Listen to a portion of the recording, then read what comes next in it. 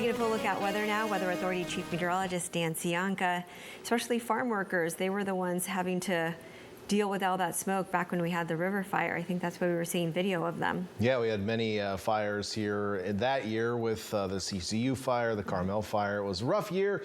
We've had some rough years over the last several, and luckily, things pretty quiet so far, but we should always be on guard because we are one windstorm and dry air away from having more fires here across the state. It's been pretty quiet so far this year in California. Sure, we've had a few fires here and there, but so far so good. Unfortunately, things are going to start getting hot as we head into the weekend. An excessive heat watch already issued from the National Weather Service for our entire coverage area. For southern San Benito and Monterey counties, that begins on Thursday, and for the rest of the viewing area, including the northern Salinas Valley, the Monterey Coast, and then Santa Cruz, Santa Clara counties, and the lower valleys of San Benito County, that begins on Saturday. So here's what we're expecting moving forward. Hot days and warm nights, especially in the hills.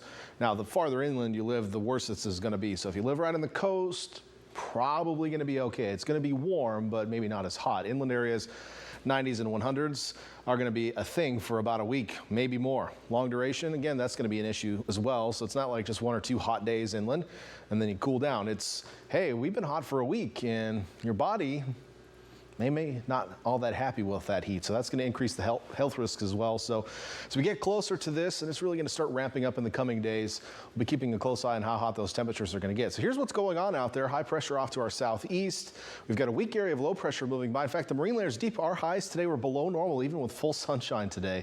But this thing's moving to the north and is going to get out of here, and this ridge is going to build in from the southeast. We'll see this on our big old ridge of building graphic here.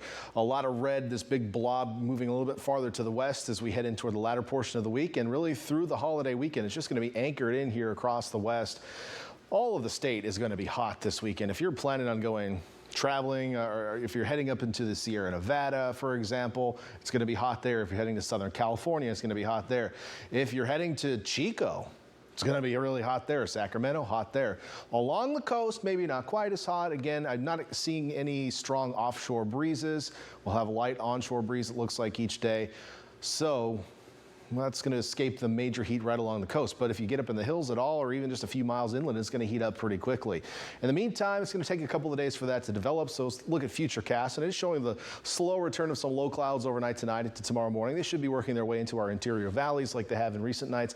Not really seeing much in the way of drizzle. Can't rule out a little bit of fog, though, as we head through the overnight hours. Now, as we head into the day tomorrow, we're going to start to see that marine layer compressing a little bit, and that is going to begin with this deep marine layer we've been experiencing just getting pushed down on a little bit. So the clouds will be a little bit lower, and they may actually hold on a little bit better during the afternoon. We've been pretty deep for the last couple of days, and it just allows for the clouds to mix out. As we get a little more stabilized, it's a better chance of those clouds hanging out during the afternoon tomorrow. And as we head into the latter portion of the evening tomorrow, those clouds will thicken back up. So as that high pressure starts to move in, it's going to bring some warmer air aloft in it. We'll notice this first inland and up in the hills. So we're going to be back in the upper 80s in Ben Lomond and Boulder Creek tomorrow. 80s in Felton and Scotts Valley. Down on the coast, mostly upper 60s to mid 70s. Some more comfortable temperatures for you there. East shore of the bay still in the mid 60s tomorrow. So no heat necessarily there. Below normal highs in Watsonville and Salinas at 70 tomorrow. 82 in Hollister. And then starting to heat up in the Santa Clara Valley. We're back in the 90s in Morgan Hill tomorrow. Over to the Monterey Peninsula. Almost still looking at cooler than normal temperatures for this time of year. 68 Monterey and Seaside with mid 60s out to the points. And again, you'll be dodging a few low clouds tomorrow afternoon and starting to warm up inland again down south, but mostly 70s and 80s in our more largely populated valleys nearest the coast. We'll get to 100 in Parkfield tomorrow.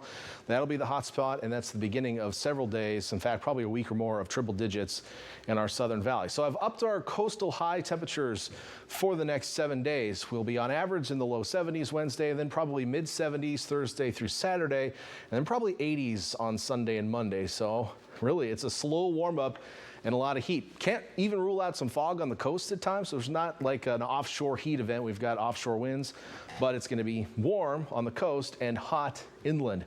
As we look at our inland forecast, our normal inland high this time of year is around 86. So tomorrow is the only day we'll be there. So we head through that Labor Day weekend. You can expect the heat, so make sure you're prepared in advance. Make sure you can stay hydrated and have plans to go someplace cool if need be. Veronica.